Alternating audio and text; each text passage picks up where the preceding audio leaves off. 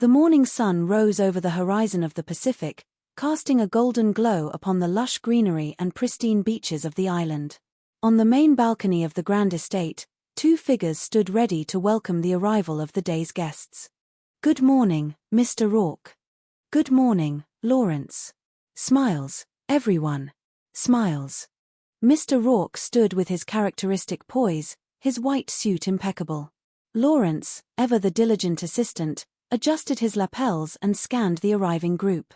His eyes suddenly fixed on a distinguished man stepping off the plane. "Sir, that man. Something about him reminds me of the man in your Picasso painting." Mr. Rourke nodded slowly, a faint smile playing on his lips. "That is because Mr. Nikros Karabatos is that man." Lawrence was visibly startled. "Karabatos? The shipping tycoon?" "Yes. I am impressed. But what would a man worth billions want for the fantasy? Surely not more billions." "As a matter of fact, quite the opposite is true." "Are you saying he wants to give his money away?" "If certain conditions can be met, yes." Mr. Rourke explained calmly. "Mr. Karabatos' fantasy is to find those people who desperately need help, so that he can use his vast wealth and influence to change their lives for the better." "Ah, now, sir, that is something I like to see," Lawrence commented, his gaze shifting to another group. "A typical happy family." "Really? Look again." Lawrence squinted, observing a woman standing with her two young children. "Oh, I see what you mean. There seems to be something missing, like a husband and father." "Unfortunately, Lawrence, the single-parent family is most typical in today's society. Mrs. Ashley is divorced and has the sole responsibility of caring for her daughter Jane and her son Michael. I will bet she has her hands full with those two. For the first time since they were born, the welfare of her children is not foremost in Mrs. Ashley's mind. Her fantasy is to become what she has never been before." "And what is that, sir?" "A swinger." Lawrence could not hide his surprise. "A swinger." "A swinger," Mr. Rourke confirmed. "Well, sir, I suppose that will not tax your awesome capabilities." "No. No, it will not. Not if Mrs. Ashley is prepared to sacrifice her most precious possession, her children." The guests gathered on the lawn, the air thick with anticipation. Mr. Rourke stepped forward, spreading his arms wide in a gesture of welcome. "My dear guests, I am Mr. Rourke, your host. Welcome to Fantasy Island." The crowd dispersed toward their respective bungalows, but Nikros Karabatos remained behind, staring at a portrait on the wall. "Garbage, Rourke. Garbage. You may consider Pablo's portrait of me great art, but I think it is world-class garbage. I am sorry I donated it to your collection. Look at the joke he is having. He makes me look like a skirt-chasing leg. Now, come now, Mr. Karabatos." Mr. Rourke interjected gently. "Since you are famous for the women you pursue and fear for your business tactics, would you have a great artist's lie?" "If I may, sir," Lawrence added helpfully. "In my opinion, that portrait is a remarkably fine example of Picasso's late Cubist period." Lawrence talks about Cubism. I am talking about Pablo laughing at me from beyond the grave. Karabatos retorted with a huff. "But, as it turns out, I will have the last laugh. My doctors tell me I will be meeting up with Pablo again very soon. Oh! And whether it is in heaven or in hell, when I do, I am going to punch that little joker right in his Spanish nose." "Does this mean your doctors have given up hope?" "Well, you know how doctors are. They never make the death sentence definitive. They tell you things such as, do not make any plans for next year."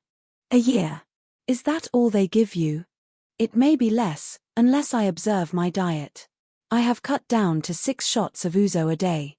It seems to me, sir, that if you wish to help others by giving away your money, would not donating it to charity be less taxing on your health?"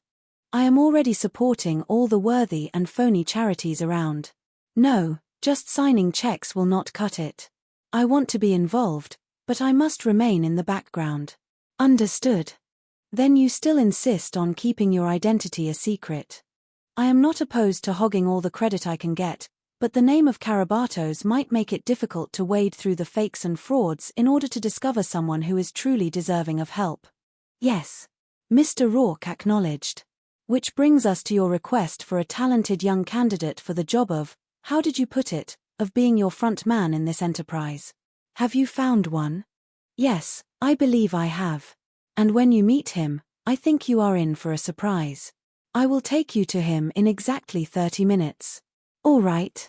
Yes, sir. Yes, sir. Meanwhile, Mrs. Ashley was meeting with Mr. Rourke to finalize the details of her own dream. I think you understand my problem, Mr. Rourke.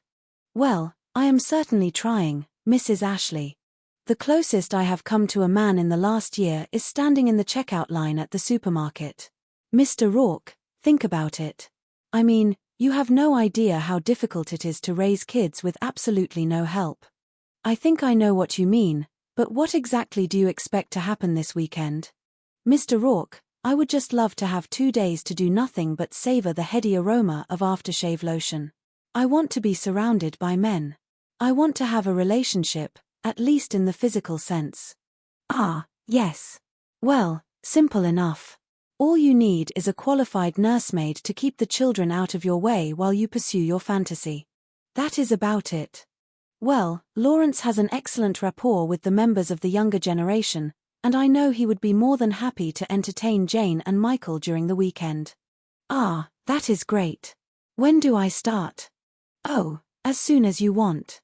Meet me at the swimming pool and your fantasy will begin. That is fine. Charming. Delightful. I knew you would approve. Later, by the poolside, Karabatos was impatient. Okay, Rourke, I am a dying man, dying for that little lady over there at the moment, so do not waste any more of my time. Where is this paragon you have found for me?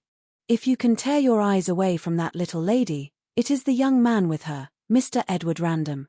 I believe you knew his father. Conrad Random's son? Come on, Rourke. I ruined his old man in a business deal. The kid hates me for it. You expect me to offer him this job? You wanted someone who is intelligent, has breathing, and can be a fighter for a good cause, and I believe Mr. Random qualifies in every particular. Lawrence began to read from a file, touching on just the highlights. Mr. Edward Random achieved very high marks before being forced to drop out of Yale University in his 3rd year.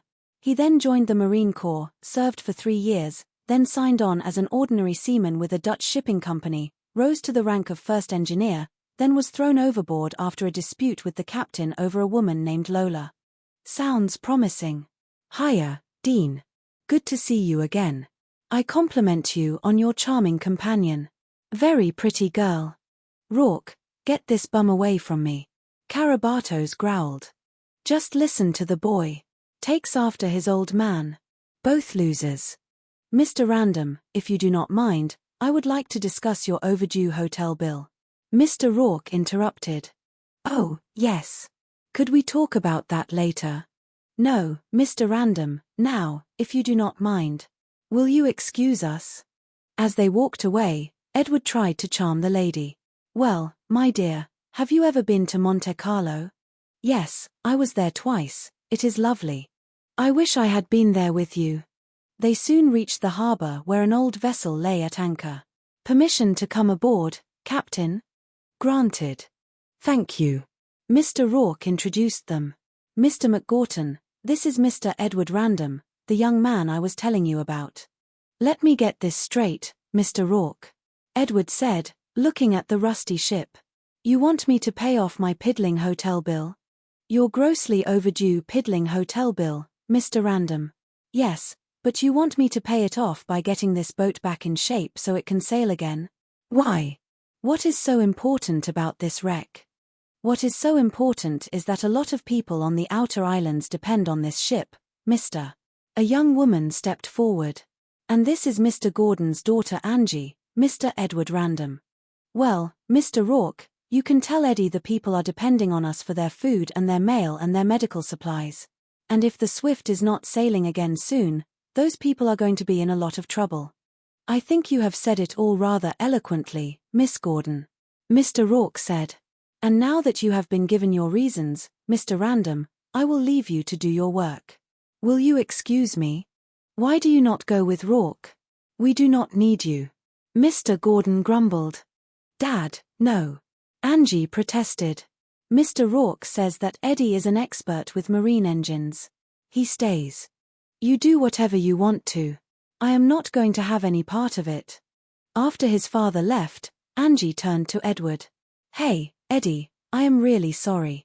My mother died about 3 months ago, and, well, Dad has not been the same since. Heavy, huh? Yeah. All right, mates. I have got something to say. Elsewhere, Mrs. Ashley was talking to her children. Now, this island is so beautiful. It does not really matter who you see it with, does it? Why not? We are going to see it with you, just like you promised, right? Well, there has been a slight complication. What is a complication? Complication, Jane. Michael explained. It means like when we cannot go to the zoo because it is raining. It never rains here. I know, but, well, you see, I have got something personal to do. You could do it with Uncle Ralph. No, that is not what I mean, Jane. Besides, Uncle Ralph is my brother. So what? So she does not mean men with big, comfortable laps. She means men with perfect tans and white teeth and broad shoulders and heavy chests. A grown-up, a big man. A big man?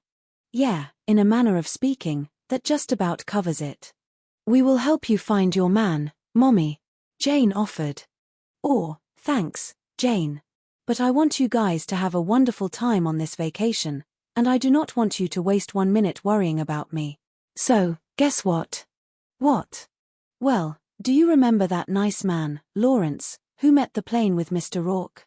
Well, he is going to be taking care of